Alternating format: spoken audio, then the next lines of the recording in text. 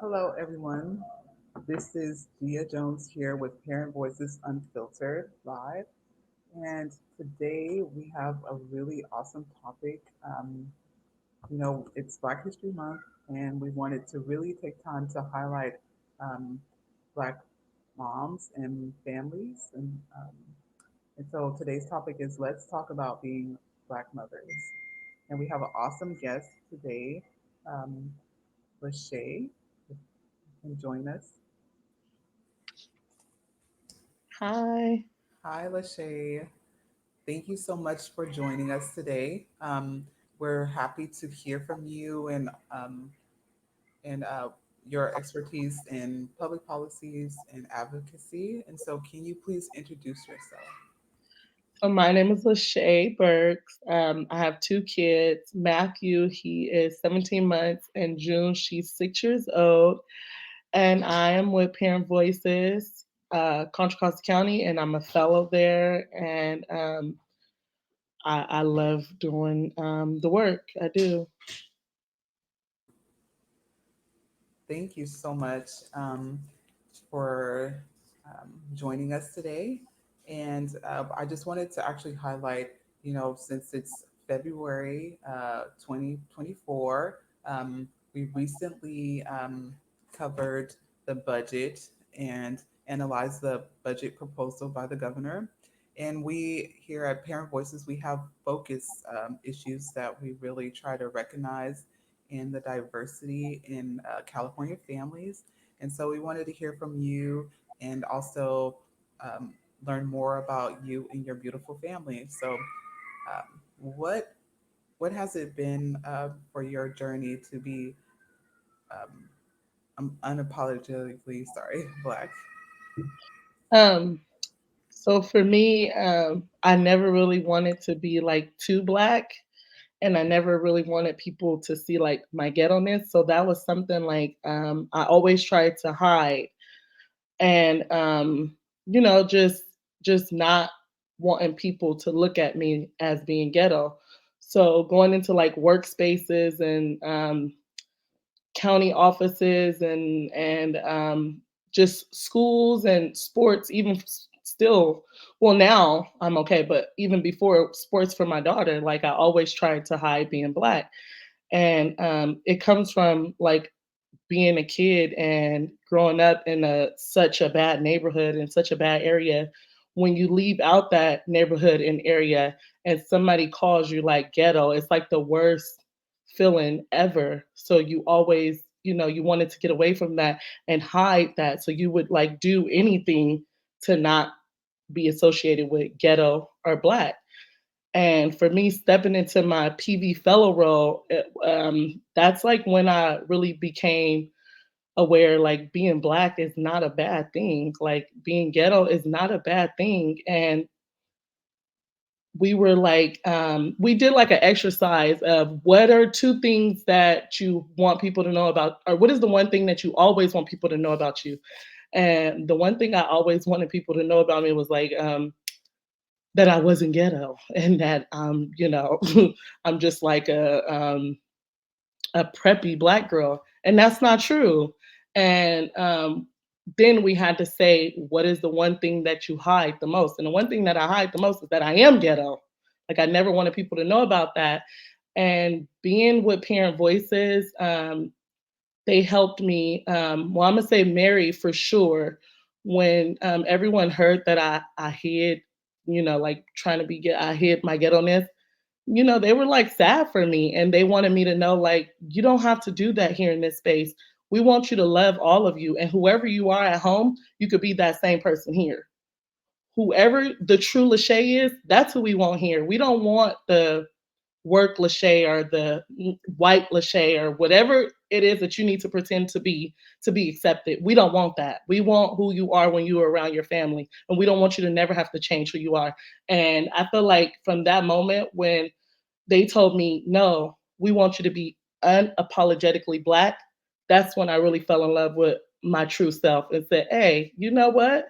I love me. If these people can accept me, the people that I work with, if they can accept me and say, no, we love all of you, who the real you though. If they can accept that, why can't I accept that about myself? So that's when I fell in love with my black true self. So thank you, Parent Voices. That is so awesome. I love to hear, how you have actually really embraced those things and your experiences throughout your life. And what were some important messages, or what were some things that you actually understood growing up, and how has that actually impacted you or shaped your life? I just going back to the whole thing about not wanting to be black because of the area.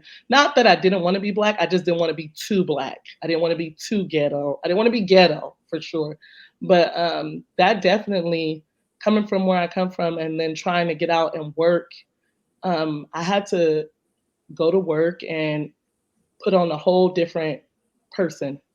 When I stepped in the work office, and I'm sure a lot of black people know that they do the exact same thing. I was actually talking to my brother yesterday, and he was like, for 8 hours, I have to pretend to be this person. So if I could pretend to be this great person at work, I could do that for my wife. I could be that great person for her too, instead of Yeah. being, a happy person. But he has to pretend to be a different person. And I know because I've had to do that my whole entire life. I had to pretend to be this whole different person. And then when I got home, I can be my real self. So I feel like that, I don't want to say it ruined my life, but it's a lot of work to be somebody else all day. That's Um, that's a whole nother job. I'm going to a job and then I'm acting as if I'm somebody else, but that's not really me. I have to talk a certain way, sit a certain way, have my hair a certain way, dress a certain way. It's a lot. It's a yeah. whole another job. So for a long time, I've been doing all of these things to be somebody else when I should have never even had to do that. We shouldn't even have to, like, nobody should have to do that. Everybody should be able to be them. And why is it that, like, the white way is the right way? And my boss is somebody who always tell me this, like, the white way is not the right way. That's not true. Whoever you are, that's the right way. Like That is Blake always true. say, like, that's the white way is not the right way, Lachey. It's not. That is awesome. And it's also recognizing that um, even sharing that you're holding a certain space for people to understand the beauty and diversity that that you actually are able to share these different parts of yourself. And even if it's tough or hard to for others to recognize how difficult that is for you, it's still power and beauty in it. And so, thank you for sharing this. And it's not always easy to, share these parts of ourselves, but it also is very helpful. And Yeah. so, in your other experiences, what has it been like for you and your family applying for services, or how in that it varies, from person to person? But what have your experiences been like? Um, so for me, when I first went to go apply for CalWorks, first of all, I was always a dresser. Like I love getting dressed. When I was younger, like I would wear heels literally every single day. Didn't matter where I was going, grocery store, wherever. I was in some heels. I had on a pencil skirt. I love to dress up because I had to, because I didn't want to look too ghetto. So I always had on, like, you would think I was a businesswoman. Like I had a briefcase going to an office. No, but I dressed the part, okay? And that was like my normal attire. That's really all I had. And I needed to get on GA because I was going through a tough time, and my sisters all had kids. I didn't have kids yet, so I didn't know like what like the welfare office was truly like. And I got up and I got dressed like my regular normal self and my heels and all that. And my sisters, it was like it was three of them. They were all laughing like, "Where are you going?" Because they knew I had my first welfare appointment. And I'm like, I got my appointment at the welfare office. And they're like, you wearing that to the welfare office? And I'm like, yeah. They're like, she ain't finna get, she not getting nothing. You cannot go in there like, and they kept trying to explain to me, like, you can't go in there like that. If you go in like there like that, you're not getting nothing. And I'm like, why? I just had a job. I lost my job and now I need GA and food stamps. Why can't I go in there like that? These are my regular clothes. Like this is Right. what I have. And they were So it's like, just like understanding how in applying for services, how this system, how people view people that either need help or want help, right? you got to be in a trash bag. You got to look like you just climbed out of the gutter to get help. And I literally, they denied me. I did not get GA or food stamps when I went in there. Not that I can remember what they denied me for. I even knew that I could even put up a fight. It was just like, okay, I didn't get it. And they was like, we told you, you can't go in there looking like that. You look like you have some money in your pocket. You can't look like that when asking for services. And for healthcare, you can't look bad. You have to look good when going to the doctors and the ER. You can't look like you climbed out the gutter because they're going to treat you like that. They're going to treat you like a drug addict. They're going to treat you like a homeless person. They're going to tell you to get out. They don't want nothing to do with you at the hospital, but at the welfare office, you're welcome there. So Yeah, the that's roles, very interesting. yeah, the roles change. The various the spaces in which people either like seek resources or services, it does speak to that. So what I know also, you have two children. Did you? We would love to hear a little bit more too about like your experiences with pregnancy. Was there anything particular that you wanted to share that's important for Black mothers, Black mamas out there? Yeah, just like the same as I said, when going to the doctors and asking for help, you definitely got to be cautious on how you look when going into the doctor's office. Being that we live here in Contra Costa County, most of my services, like my kids, they go see a doctor out of the county where it's more diverse, like Alameda County, where it's more diverse. Because over here, they definitely treat you different, and I'm sure a lot of Black moms could agree or would agree. Even for some of my friends and sisters, like we all definitely can agree on the same thing, and even a few of my members with Parent Voices Contra Costa County, um, I feel like we all share like the same experiences. And I don't know if it's just because of the same county that we're in, but we all relate to a lot of the things that go on with the welfare office and with the hospitals and stuff, and just being Black, even going to the stores here in Contra Costa County. Like it's sometimes I have to have my kid's father, who is white, if I don't have a receipt, I know better to not go in that store with this item without a receipt to return something because they won't do it for me. And for him, he could go right in with the same item that they told me no, that they cannot return and return it because he's white. So it's Um, definitely, yeah, that's very interesting. I also, I told you before as well. I have four kids, and the experience of birthing multiples is, like any experience with moms. Like we have our certain concerns or thoughts about the pregnancy, and so it is very interesting. Like with multiples, I had more. I feel like I had more appointments. They were checking more like mm, about you know my well being and things like that. But it's also it's also can be stressful, and so you're absolutely right. You want to make sure, like you know, some Black moms do have to pay attention to more things like that, like when they're seeking services, like their appearance. It can be, it's actually more. I don't know. I think it's like more pressure, like to understand this standard of like what other people think, and so it's it's better to have this unapologetically experience of like yourself and accepting it, right? Yes. And so, with your work and your experience as a mom, a beautiful mom, what is life like with being an organizing fellow? It's really important, and we want to hear more about how you're helping others, and also how you're utilizing your space as an advocate. Um, so being an organizing fellow, you said how, I'm sorry, say it again. I'm so sorry. Oh yeah. So, with you being an organizing fellow and you're helping others, how are you utilizing your space as an advocate in your work?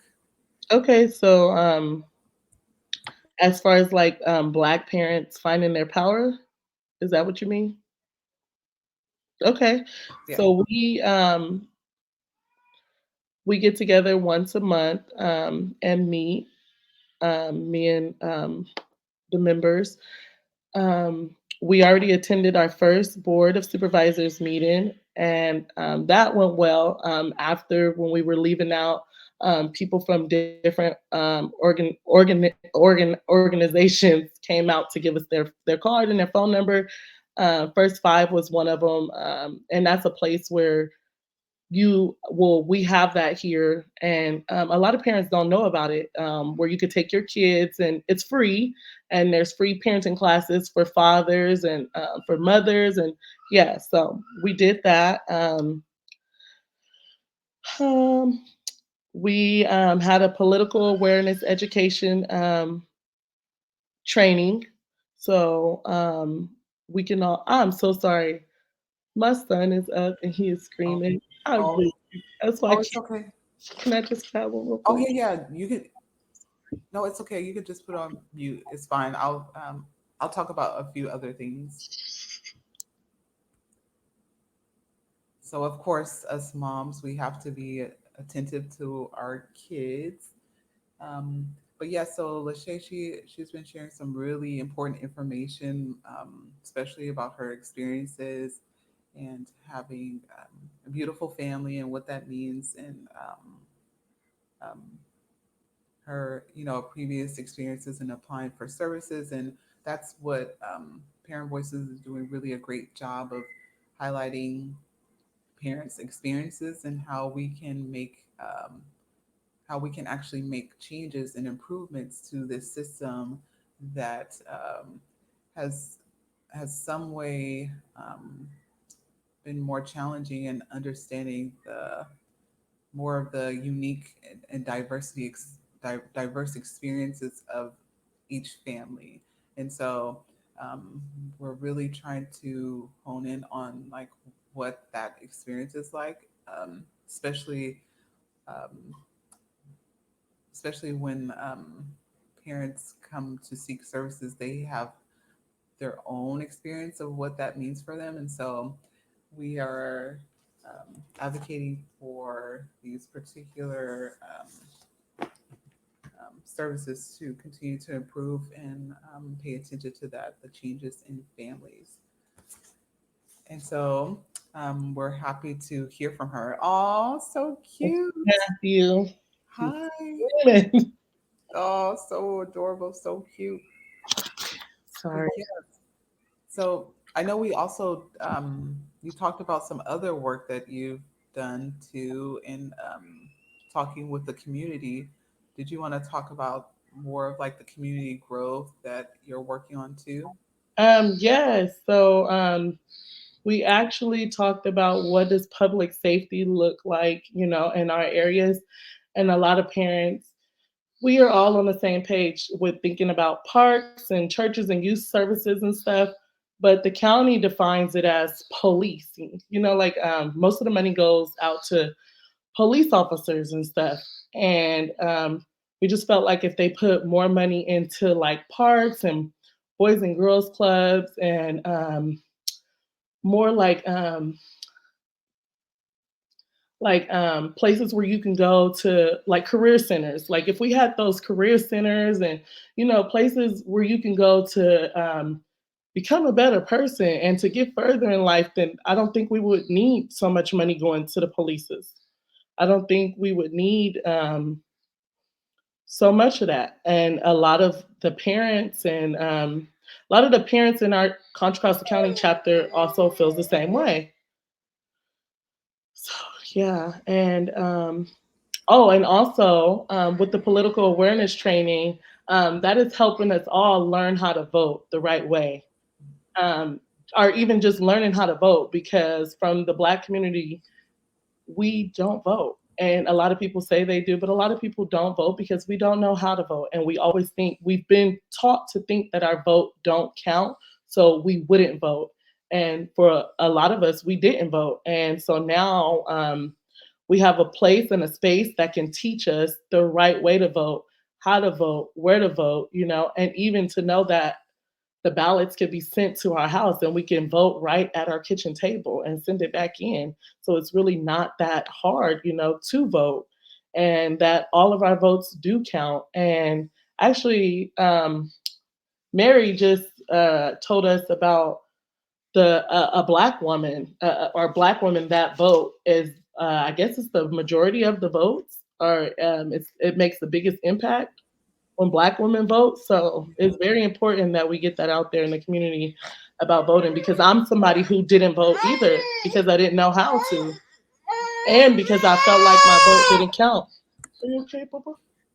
I know it is very important. I'm glad that you mentioned that, um, because we do, with our knowledge as power event, we do political education in which talks about the process of advocate of an advocacy, like um, bills and what that means to attend committee hearings and rallies and the actual process of getting a bill passed. And so it's very important that we're aware of like how this works and what it means to advocate and vote. And so you're right. It's very important for people to get out there and vote. And we're particularly very excited for um, voters to be aware of like what's going on in their communities as well, right? And so within the community, we also we're thinking about what's going on for families. And since it's Black History Month, I wanted to take a little bit of time to think about what Black centered services would be like, um, as we talk, as we even discuss the system. Like, what do you think would be helpful for Black families right now? Um, we need the career centers to come back, because we used to have career centers, and I feel like that kept everybody, working or trying to get a job, because the career center was a place that you can go to get a resume made. I mean, people don't have a resume or even don't even know how to start a resume. And I know sometimes people be like, it's so easy to just copy and paste, but sometimes people don't even have a computer. So there's no places to even go for that. Some people don't even have Wi-Fi at home. So how can they even, So we need the career centers to come back. There was job fairs in there and all different kind of good things going on at the career center. And they helped you interview. Like there was somebody there that will sit down with you and ask you regular interview questions. So when you went to an interview, you wasn't nervous, or you wouldn't feel like, I don't even understand what they're talking about. What is an asset? What do you mean? How, how could I be an asset to your company? Or, like those questions that they ask, you'd be like, what is that? What does that mean? So that we need more parks. We need more youth programs, boys and girls clubs. We need more churches to do like the Friday night church events. Like That's the kind of stuff we went to when we was younger, sixth grade, seventh, eighth grade. Even in high school, I remember us, trying to get over to the church on the hill to get to the Friday night events. Yeah. Everybody wanted to go. Like, we were not the best of kids, but that was some place for us to go safe and have a good time, and we got to learn about God. Like, it was for me, it was perfect. I loved it, and we need free sports. We need free sports for low income families. Like, we need free sports. That's That's that's yeah. that's big and that's important because if it's basically like if your parents don't have money, you can't learn to throw a ball. Most of these people who can't afford the sports don't have a dad to go outside and throw a ball with them. So we need free sports. We need free basketball, free gymnastics. We need free cheer. We need free stuff for the kids Yeah. because people, they want to help the community, but they can't if they have these things, but they cost. So a lot of kids still can't do it. Yeah, I completely agree, and I think also for Black Center services, it's really great to think about like the family and its wholeness, and that means like what would be interesting is to maybe think about having a service where there's particular things for the kids, but then the parents are also able to network and talk with other parents.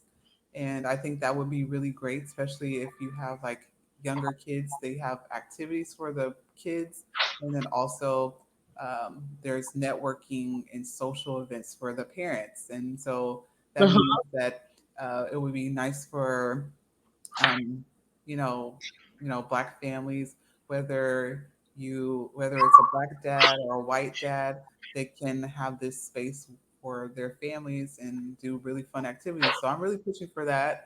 Um, and so hopefully we'll see more of those types of things even in Contra Costa County, Mhm. Alameda County, and local counties, because it's very important that we're paying attention to our families and what's really helpful for them, especially post pandemic. So I think those are really great ideas and things that we can continue to advocate for. So thank you so much. Thank you. Um, and then I know we just have like a few more minutes. Um, was there anything else that you wanted to